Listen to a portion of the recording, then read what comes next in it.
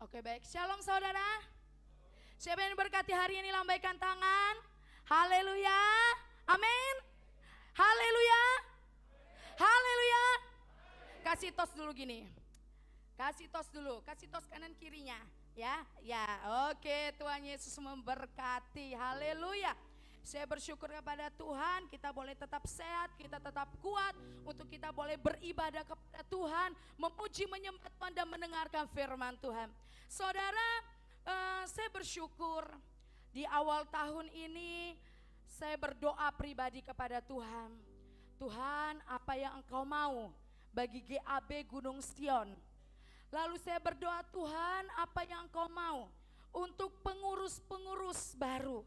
Saya berdoa untuk pelayanan demi pelayanan, tetapi di samping itu saya berdoa untuk pribadi saya sendiri. Biasa di awal tahun saya berdoa dan saya minta Tuhan please berikan suatu rema. Please Roh Kudus berbicara di dalam hatiku, teguhkan aku. Satu kalimat aja yang menguatkan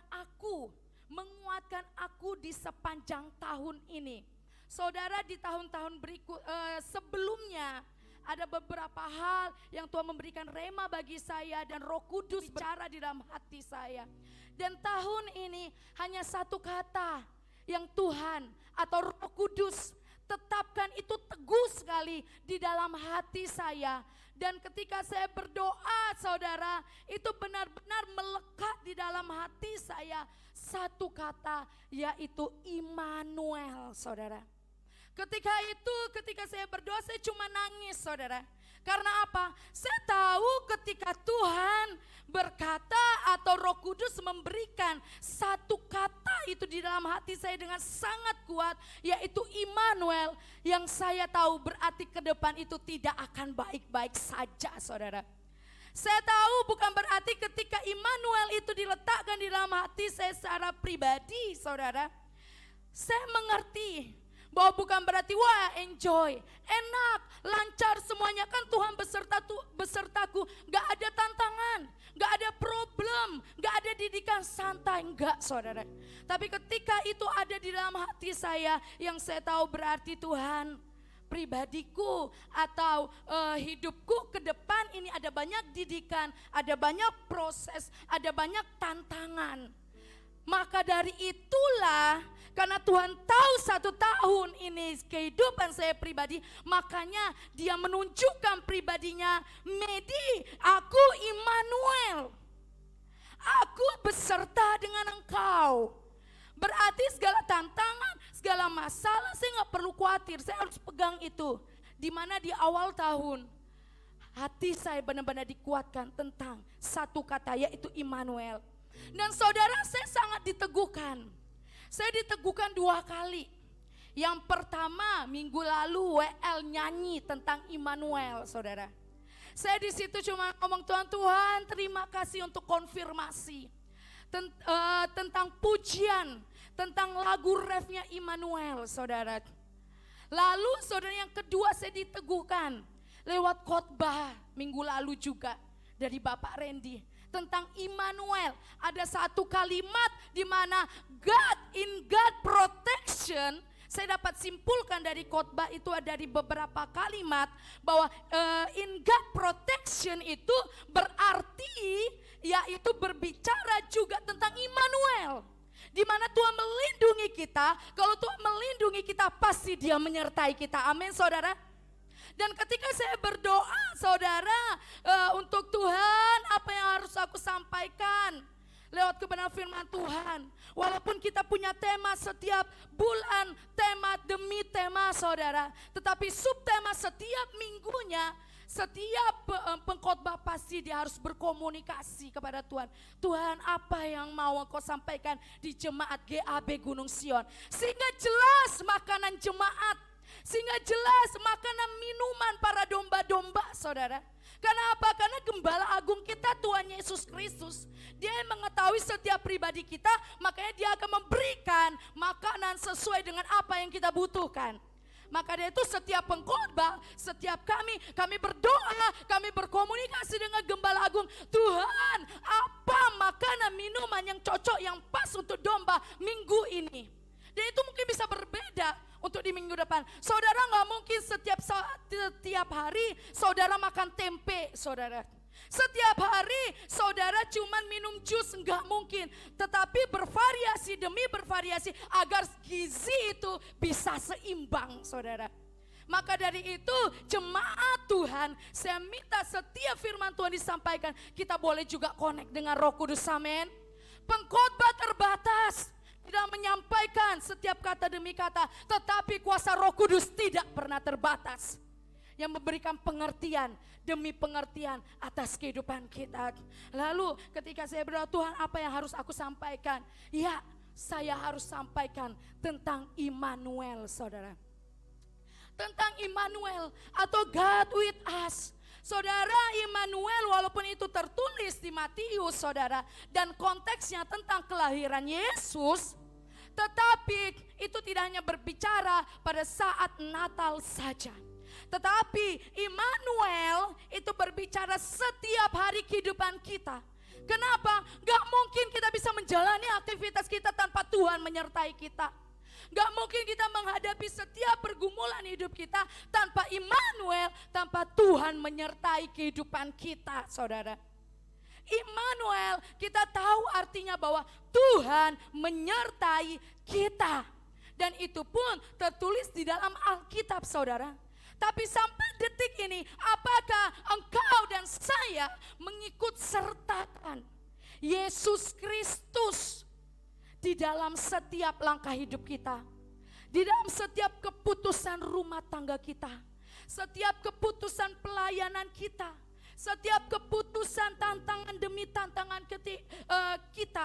Ketika kita diperhadapkan oleh dua jalan, engkau mau pilih yang mana, saya mau pilih yang mana. Itu kita butuh Immanuel yang menyertai setiap kehidupan kita, saudara.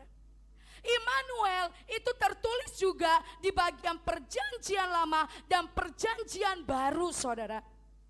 Immanuel di perjanjian lama itu dinubuatkan oleh Nabi Yesaya dan digenapi di dalam perjanjian baru, yaitu di dalam Matius, saudara.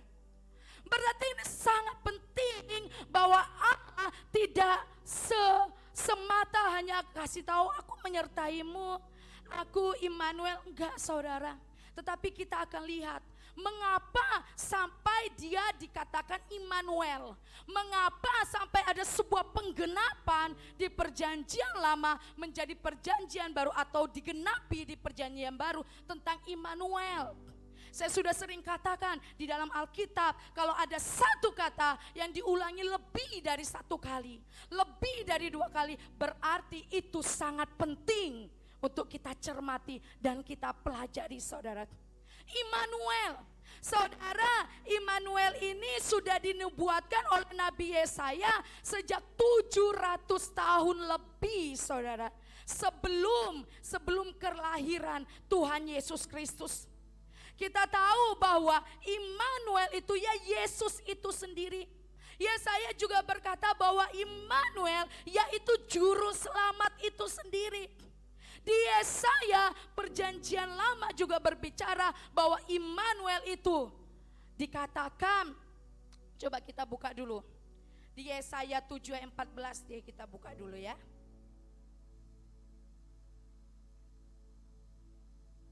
Yang pertama kita buka dulu Yesaya 7 ayat 14.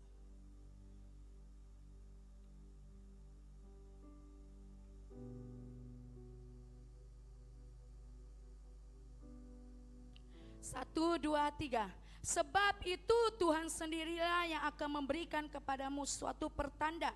Sesungguhnya seorang perempuan muda mengandung dan akan melahirkan seorang anak laki-laki, dan ia akan menamakan dia Immanuel.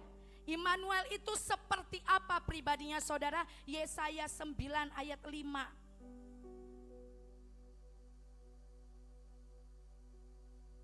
Satu, dua, tiga. Sebab seorang anak telah lahir untuk kita, seorang putra telah diberikan untuk kita. Lambang pemerintahan ada di atas bahunya, dan namanya disebutkan orang Penasehat Ajaib, Allah yang perkasa, Bapa yang kekal, Raja Damai. Saudara, Immanuel berbicara tentang pemerintahan yang tertinggi ada di tangannya. Ia juga disebutkan Penasehat Ajaib, berarti sumber dari segala hikmat, saudara. Lalu juga dikatakan Bapa yang kekal, Raja Damai, pribadi yang perkasa, punya karakter sebagai seorang bapa, punya karakter atau sifat Allah, yaitu yang cinta akan damai, saudara. Jadi Immanuel ini sudah dituliskan sebelumnya di Perjanjian Lama oleh Yesaya atau nubuat Yesaya. Lalu kita pindah ke dalam Perjanjian Baru, saudara. Di Perjanjian Baru kita boleh buka di Matius, dari penggenapan nubuatan itu. Matius 1 ayat 23. Itu yang ketiga, 1, 2, 3. Sesungguhnya anak darah itu akan mengandung dan melahirkan seorang anak laki-laki, dan mereka akan menamakan dia Immanuel, yang berarti Allah menyertai kita. Immanuel yang dulu disampaikan kepada Yesaya dan di Perjanjian Baru digenapi, dan itu disampaikan, diperkenalkan kepada Maria dan juga Yusuf, saudara. Kita bisa dilihat di sini bahwa Immanuel, kenapa Yesus dikatakan Immanuel? Karena dia pribadi yang mau selalu bersama-sama dengan kita. Saudara, hakikat Allah itu dia mau bersama-sama dengan manusia. Dia mau berdua-duaan dengan kita semua. Dia mau bahwa dia ikut serta di dalam setiap kehidupan kita. Tetapi saudara, ada dosa yang dimana itu memisahkan antara kita dengan Allah, antara manusia dengan Allah. Ada dosa, maka dari itu dosa yang memisahkan ini harus ada seseorang pribadi yang memperdamaikan kembali, yang harus memperdamaikan kembali Allah dan manusia, dan dia harus beserta dengan kita setiap waktu. Maka itu dikatakanlah Immanuel. Karena pribadi yang menyertai kita dan menyatukan kembali antara manusia dengan Allah yang sebelumnya sudah terpisah. Makanya dia dikatakan Immanuel. Kalau Allah, hakikat Allah ingin selalu bersama-sama dengan kita, saudara.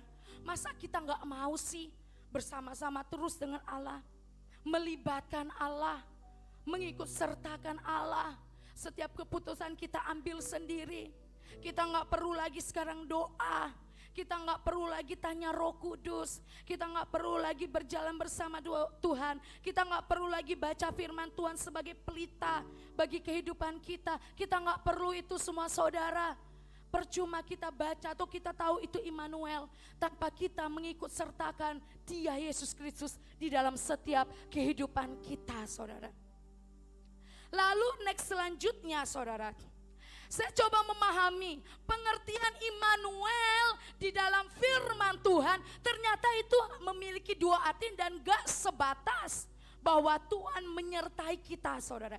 Tetapi ada makna sesungguhnya, makna terdalam bagaimana kita harus mengerti siapa Immanuel, bagaimana penyertaannya di dalam setiap kehidupan kita. Ada dua kata yang di sini, yang pertama ada exousia, saudara. Di dalam teks aslinya Immanuel ada exousia, dan juga yang kedua ada dunamis, saudara. Jadi di sini sebelum saya bawa lebih dalam contoh lagi bagaimana Allah menyertai kita, biar kita boleh mengerti dulu apa atau esensi atau definisi tentang Immanuel di dalam setiap kehidupan kita. Ini ada dua perbandingan, saudara. Dan ada dua pengertian. Yang pertama, exousia itu berbicara tentang hak istimewa yang menyertai setiap kita. Hak istimewa, katakan dengan saya, hak istimewa. 1, 2, 3. Sekali lagi, 1, 2, 3. Jadi Immanuel itu berbicara juga bagaimana setiap manusia itu selain Tuhan menyertai kita, tetapi kita punya hak istimewa. Ibu, gimana sih maksudnya hak istimewa? Contohnya Ishak, saudara. Contohnya Ishak, agar kita tahu apa yang dimaksud hak istimewa. Ishak diberkati oleh Tuhan. Ishak dituntun dan disertai oleh Tuhan. Itu karena ada bapaknya yang memiliki covenant atau perjanjian dengan Allah. Allah mengatakan saat itu kepada bapaknya bahwa engkau akan beranak cucu dan bertambah banyak. Dan aku akan memberkati engkau, berlimpah-limpah menyertai engkau, saudara. Ishak mendapat bagian di dalam sebuah perjanjian atau sebuah covenant tersebut, saudara. Dan dia memiliki hak istimewa. Mungkin di saat itu ada banyak sekali orang-orang muda yang seumuran Ishak. Tetapi mungkin Ishak mengalami pembedaan. Mengalami pembedaan yang dari Allah. Karena apa? Karena ada sebuah covenant diturunkan oleh orang tuanya. Dan juga itu berlaku bagi anak cucu, saudara. Dan saat itu, saudara, kita lihat setiap kehidupan Ishak selalu disertai dan diberkati oleh Tuhan. Karena dia hidup di dalam sebuah covenant atau perjanjian dari orang tuanya. Dan itulah hak istimewa, saudara. Gak semua orang dapat itu. Itu benar-benar di mana Tuhan memberikan sebuah anugerahnya bagi seseorang. Immanuel, Allah menyertai kita. Seharusnya kita punya hak istimewa juga di dalam setiap hidup kita. Saudara, percayalah, saudara, jangan sedih. Aduh, orang tuaku gimana ya? Gimana aku dapat hak istimewa?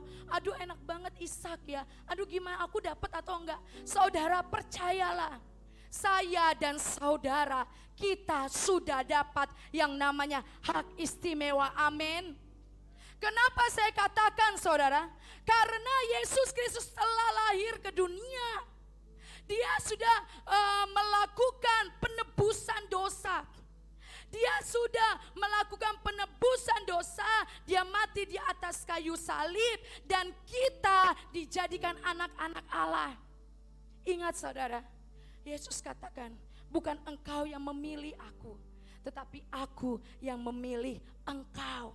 Jadi kalau sampai hari ini kita bisa bergereja, kita bisa kenal Yesus, kita bisa menerima Yesus sebagai Tuhan dan Juru Selamat, itu karena Roh Kudus yang menggerakkan kita, saudara. Karena Tuhan yang menganugerahkan keselamatan itu dalam hidup kita. Dan detik itu, saudara, saya dan saudara memiliki hak istimewa. Amin. Jadi jangan takut, saudara. Kenapa saya katakan engkau lihat? Setiap kita lihat Ishak, saudara. Setiap langkah kehidupannya selalu ada pertolongan demi pertolongan. Selalu ada pembedaan demi pembedaan. Ada selalu nasihat-nasihat, arahan-arahan dari Allah saat itu. Karena apa?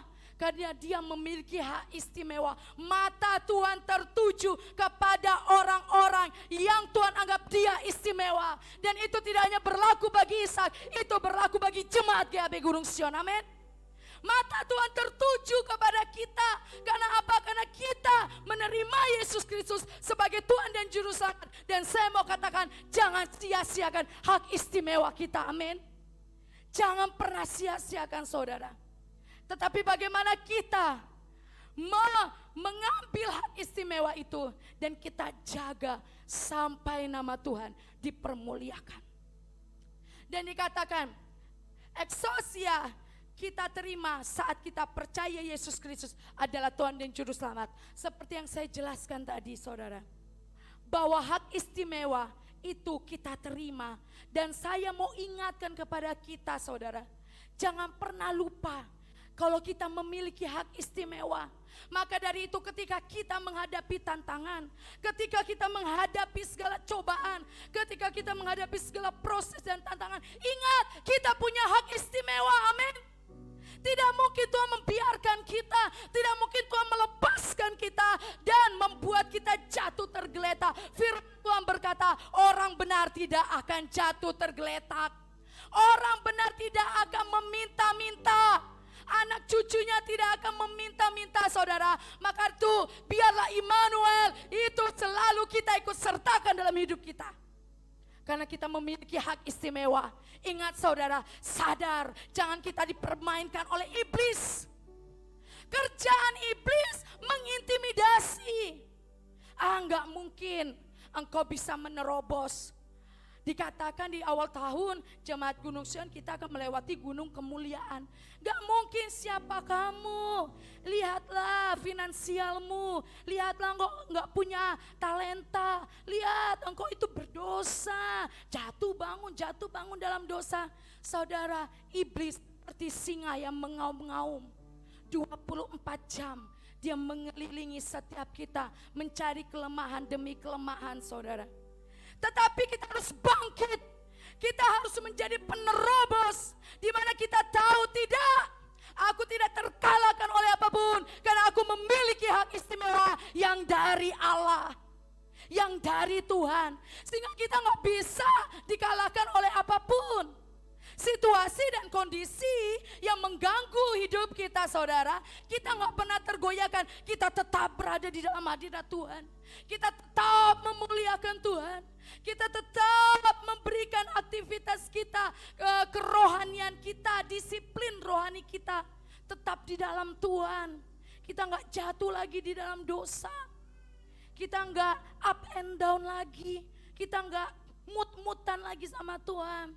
Karena ada sebuah hak istimewa yang menggerakkan kita dan percaya penuh bahwa Yesus yang sudah memilih aku menjadi anaknya, pasti dia bertanggung jawab di dalam setiap hidup kita.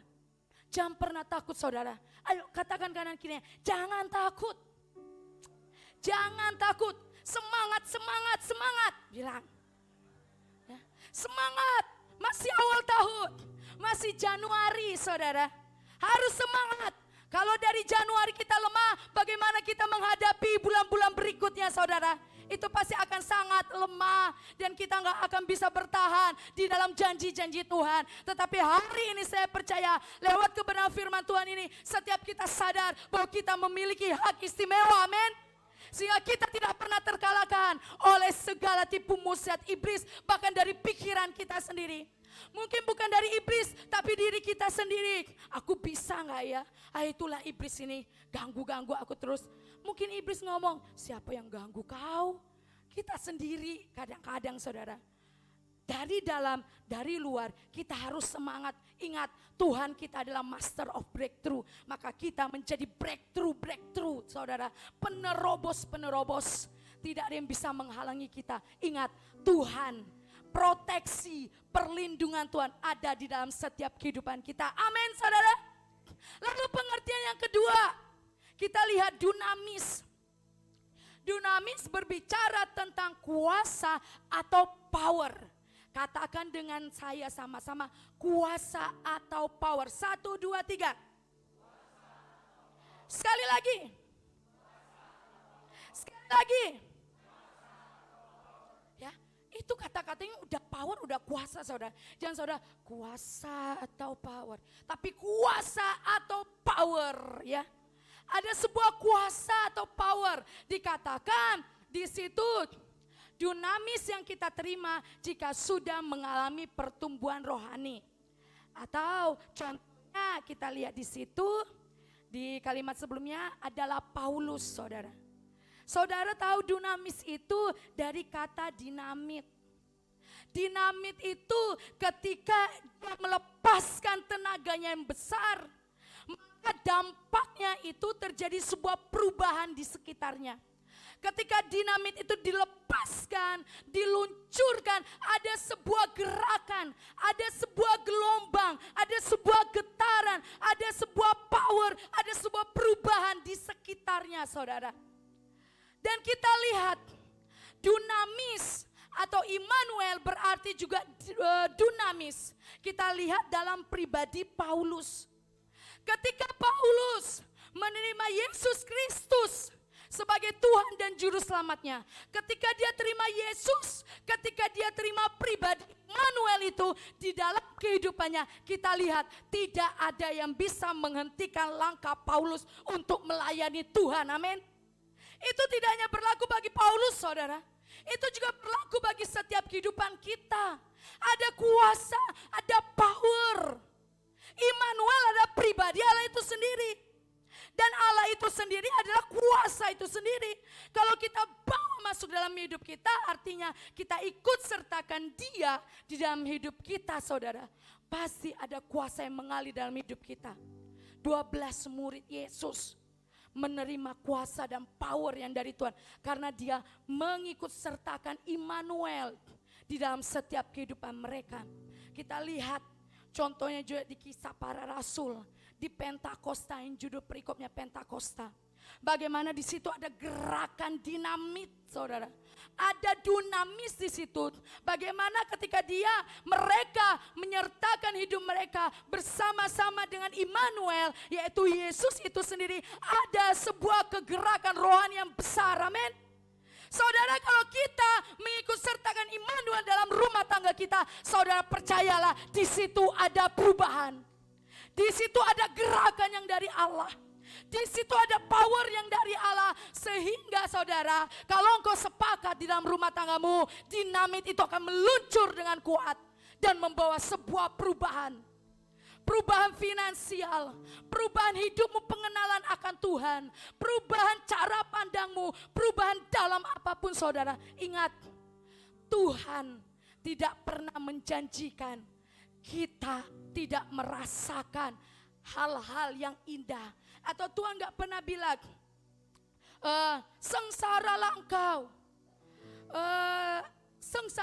susahlah engkau dan lain sebagainya. Tapi Tuhan selalu di dalam firman-Nya, saudara, dari Kejadian sampai Wahyu, setiap janjinya indah, setiap janjinya luar biasa.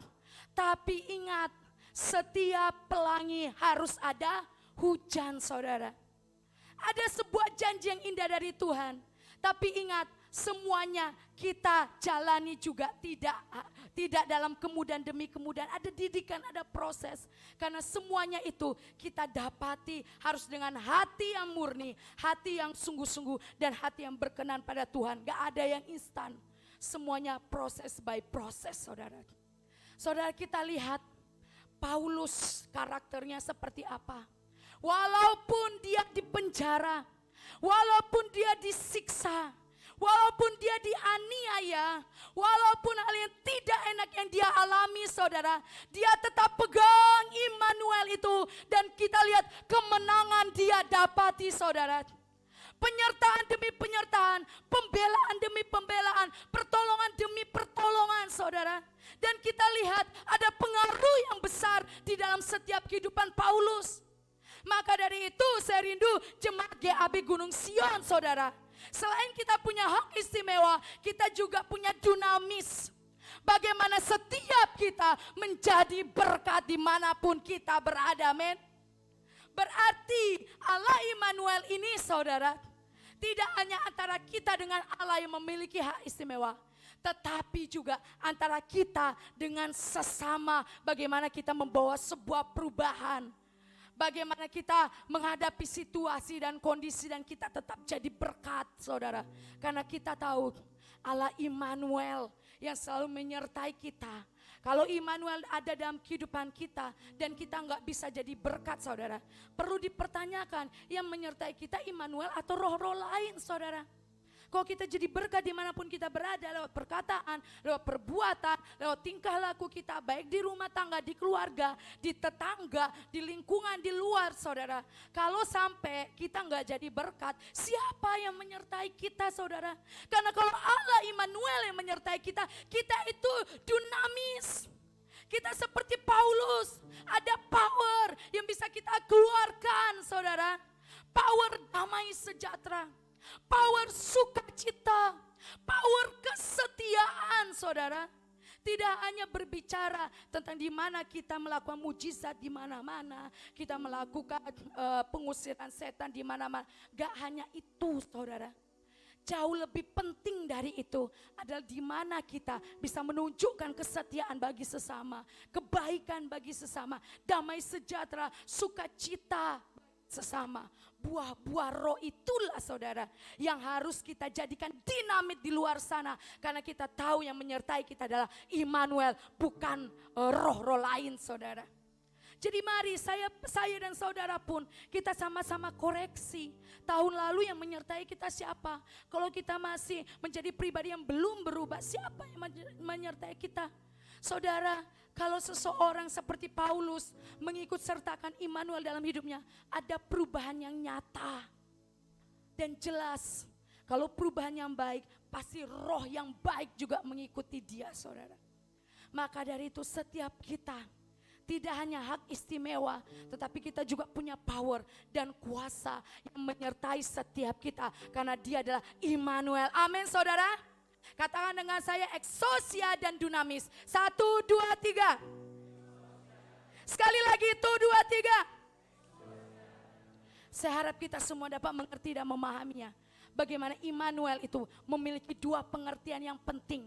Gak hanya tentang Allah menyertai kita doang saudara. Oke, next selanjutnya. Saudara, ketika kita sudah melihat kata Immanuel di perjanjian lama dan kata Immanuel di perjanjian baru. Dan saya mencoba untuk memberikan pengertian ya tentang dua hal itu. Sehingga saudara saya memberikan contoh. Contoh walaupun di cerita ini, di pengalaman Alkitab ini saudara atau pengalaman Gideon ini tidak ada kata Immanuel. Tetapi saya tertarik untuk membahasnya. Kenapa? Karena saya melihat penyertaan Tuhan atas Gideon dan pasukannya saat itu saudara. Kita boleh lihat dulu di dalam Hakim-Hakim 6. Hakim-Hakim 6 ayatnya yang ke-11 sampai 16.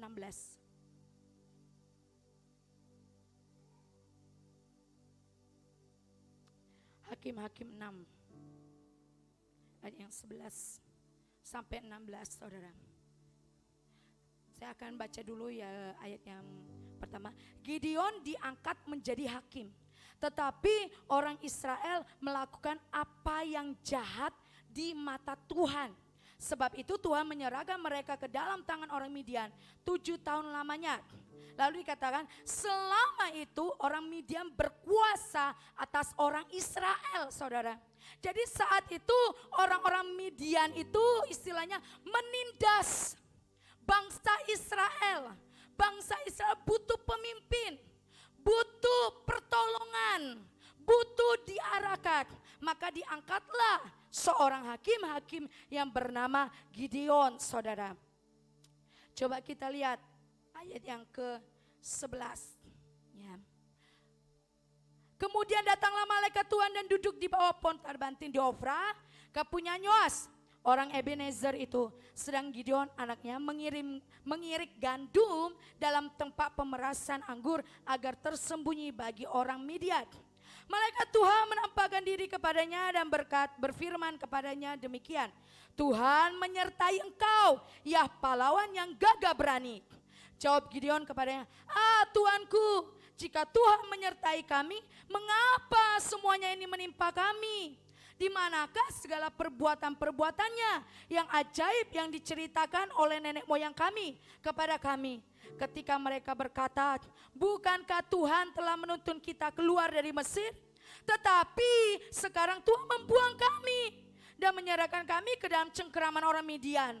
Lalu berpalinglah Tuhan kepadanya dan berfirman, pergilah dengan kekuatanmu ini dan selamatkanlah orang Israel dari cengkeraman orang Midian. Bukankah aku mengutus engkau? Tetapi kepadanya kita lihat lagi saudara, sanggahan dari Gideon. Tuhanku, dengan apakah akan kuselamatkan orang Israel?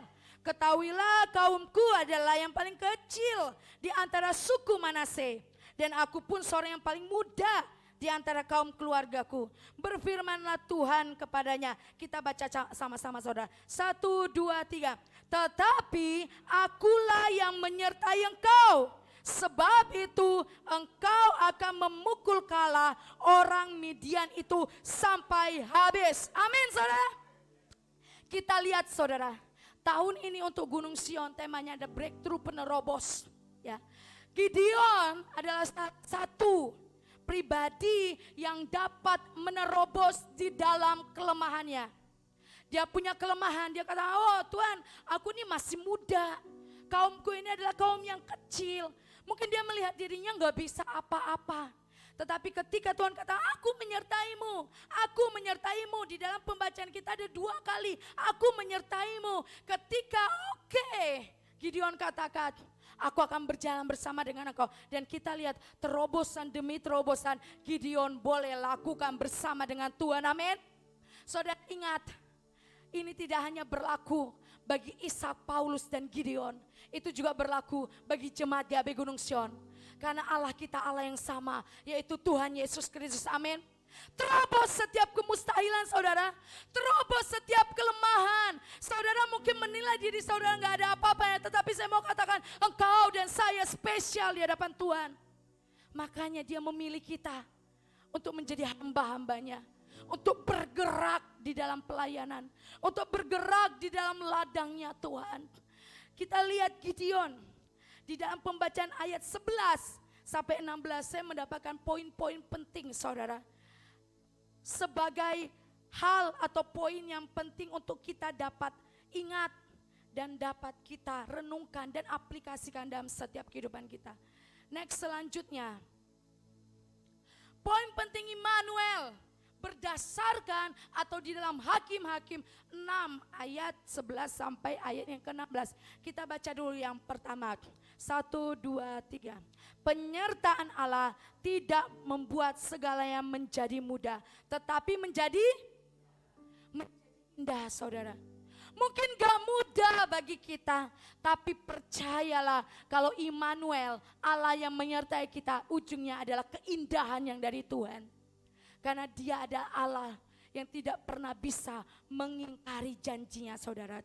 Itu ada di ayat yang ke-11. Kemudian datanglah malaikat Tuhan dan duduk di bawah pohon tarbantin di Ofra. Kepunyaan Yoas orang Ebenezer itu. Sedang Gideon anaknya mengirik gandum dalam tempat pemerasan anggur agar tersembunyi bagi orang Midian.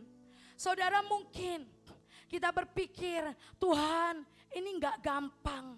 Sebuah kepercayaan Tuhan berikan dalam hidupku gak gampang. Untuk menjalankan firman Tuhan gak gampang. Mungkin ada sebuah tantangan kita hadapi gak gampang. Saudara, saya bisa mengibaratkan orang Midian itu adalah masalah pergumulan kita. Mungkin masalah dan pergumulan kita terus mengincar kita saudara. Setiap proses didikan terus ada di dalam setiap hidup kita. Gak ada celah untuk santai. Mungkin ibu, aku punya masalah A, belum selesai. Masalah B, belum selesai. Masalah C. Orang-orang atau musuh-musuh bangsa Israel saudara, itu banyak. Habis A, B, habis B, C saudara. Mungkin ada banyak tantangan di dalam setiap kehidupan kita yang gak pernah berhenti saudara. Tetapi yang kita tahu ketika Allah Immanuel itu menyertai kita, kasih dan pertolongannya pun tidak pernah berhenti saudara. Tantangan semakin banyak, berkat pun semakin banyak. Amin. Asal kita jalani dengan kesetiaan. Asal kita jalani dengan hati yang sungguh-sungguh kepada Tuhan. Lalu selanjutnya saya akan cepat saja karena kita akan pentabisan setelah ini. Masih slide yang pertama. Yang kedua, 1, 2, 3. Penyertaan Allah tidak. Sekali lagi, penyertaan Allah gak ngilangi masalah. Saya gak bisa menjamin atau katakan kalau Immanuel ada dalam hidup kita, kita gak akan ada masalah. Amin. Wah, ada yang jawab amin ya. Udah capek itu berarti dengan setiap masalah. Saudara, Allah menyertai kita atau Immanuel itu bukan berarti itu enggak ada masalah. Seperti yang saya katakan di awal saudara. Ketika saya berdoa dan saya dapat satu rema Immanuel. Saya sadar di situ pasti kedepannya tidak akan mulus. tidak akan baik-baik saja. Masalah tidak akan hilang ya, seinstan mungkin enggak. Tetapi ketika Allah menyertai kita atau Immanuel ada dalam hidup kita, saudara, Dia memberikan damai sejahtera. Dia memberikan hati yang benar-benar rindu untuk diperbaiki. Dia memberikan kekuatan yang baru. Dia memberikan kita untuk bisa menghadapi semuanya dengan lapang dada, dengan sukacita yang dari Tuhan. Gak bisa kita berdoa, hilangkan masalah ini Tuhan, buang jauh-jauh Tuhan. Tetapi alangkah lebih baiknya kita berdoa, Tuhan lewat masalah ini aku semakin dikuatkan. Berikan aku kekuatan untuk menghadapi Midian. Berikan aku kekuatan untuk menghadapi Goliat. Berikan aku kekuatan untuk menghadapi setiap problem atau raksasa-raksasa yang di depan. Saudara, kenapa Tuhan izinkan itu semua? Karena agar kita melihat bahwa memang Dia benar-benar Immanuel. Kalau nggak ada masalah, nggak ada raksasa di depan kita, bagaimana kita bisa mempraktekkan bahwa kita ini adalah penerobos? Kalau nggak ada masalah di depan, bagaimana kita bisa mengalami Allah Immanuel dalam hidup kita? Maka dari itu kalau kita punya raksasa saat ini, kita punya Midian, punya Goliat saat ini, bersyukurlah kepada Tuhan. Disitulah dimana kita akan melihat pribadi Immanuel dalam hidup kita, amin. Bersyukur saudara. Bagaimana kita mau mengalami Jehovah Jireh kalau kita tidak mengalami pergumulan dalam finansial? Bagaimana saudara kita tidak mengalami Allah atau pribadi Yesus atau Yesus itu sendiri, Dia penyembuh, Dia pemberi berkat, Dia damai sejahtera. Setiap masalah yang kita hadapi itu justru membuat kita kenal siapa pribadinya. Bukan berarti saya dan saudara tidak punya hak istimewa. Bukan berarti saya dan saudara tidak dikasihinya. Justru Allah mengasihi kita. Maka Dia izinkan itu semua terjadi agar kita mengenal pribadinya lebih lagi. Amin. Bersyukur kepada Tuhan saudara.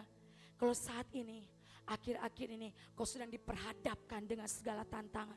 Bersyukurlah, karena yang kita tahu janji Tuhan ya dan amin. Dia gak pernah ninggalin kita saudara. Lalu selanjutnya yang ketiga, 1, 2, 3, Allah menyertai kita untuk memberikan kemampuan kepada kita. Di ayat yang ke-14 saudara, memberikan kemampuan. Allah menyertai kita untuk kita bisa menghadapi setiap yang saya katakan tadi, raksasa atau pergumulan permasalahan kita saudara. Ingat, Dia mengizinkan tetapi Dia juga memberikan kemampuan bagi setiap kita. Ya. Lalu selanjutnya di poin yang keempat, 1, 2, 3, penyertaan Tuhan akan dapat menyelesaikan permasalahan saudara. Sekali lagi kita baca di ayat yang ke-16.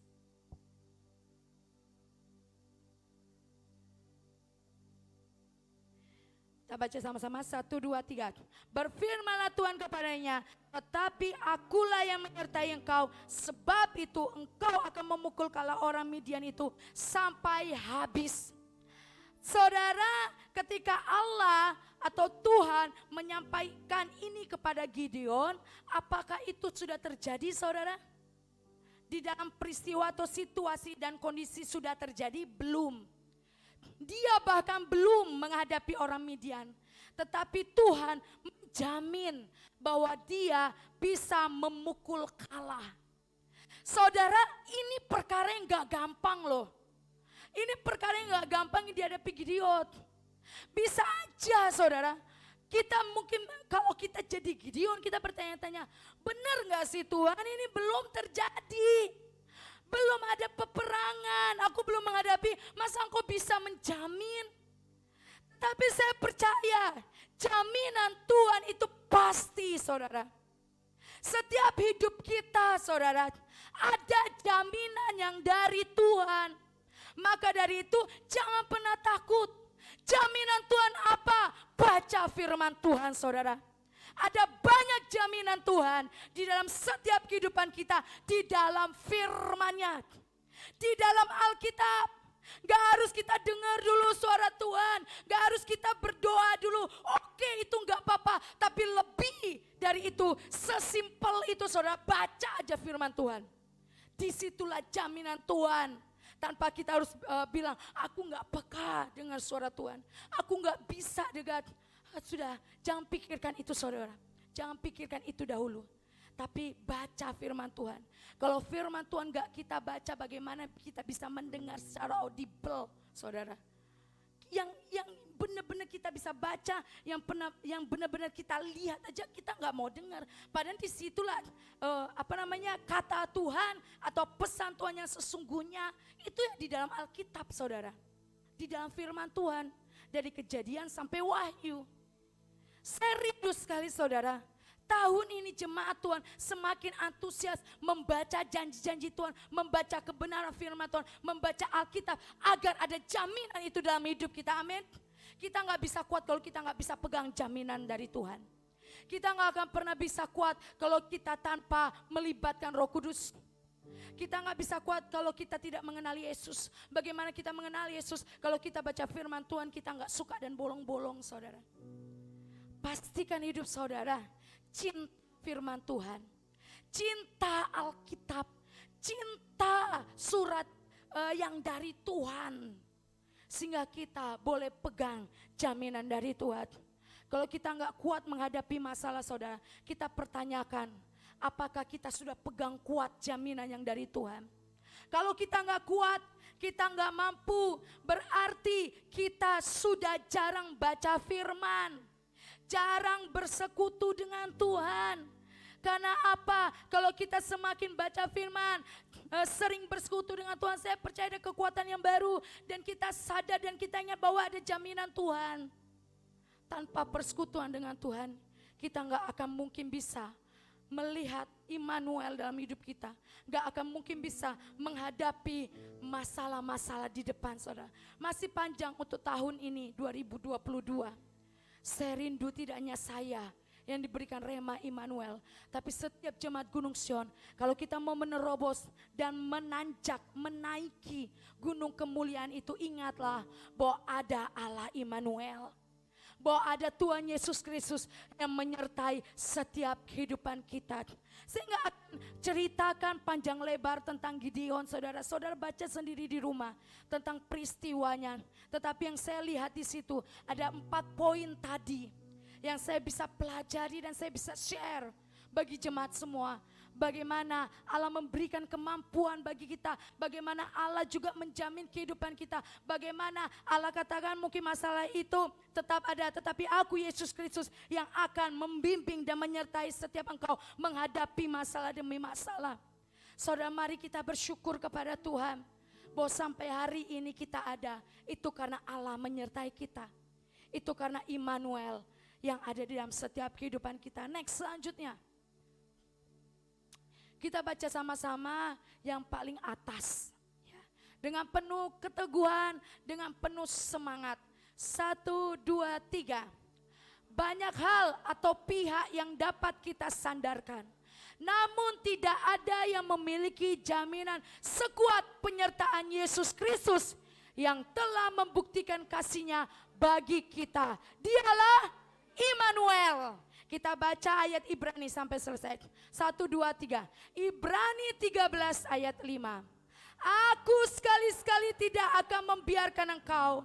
Dan aku sekali-sekali tidak akan meninggalkan engkau. Amin. Sorry, ini E-nya huruf besar saudara ya. E-nya harusnya huruf kecil ya. Jadi saudara, kita mau ganti. Aku, kata aku kita ganti Yesus, oke? Kata engkau kita ganti nama kita sendiri, ya. Biar benar-benar itu jadi kekuatan rema, jadi sebuah deklarasi di dalam setiap hidup kita. Amin. Amin.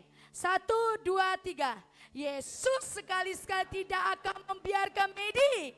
Dan Yesus sekali-sekali tidak akan meninggalkan Medi. Sekali lagi, 1, 2, 3. Yesus sekali-sekali tidak akan membiarkan Medi. Dan Yesus sekali-sekali tidak akan meninggalkan Medi. Amin saudara. Beri tepuk tangan dulu dong untuk Tuhan Yesus kita.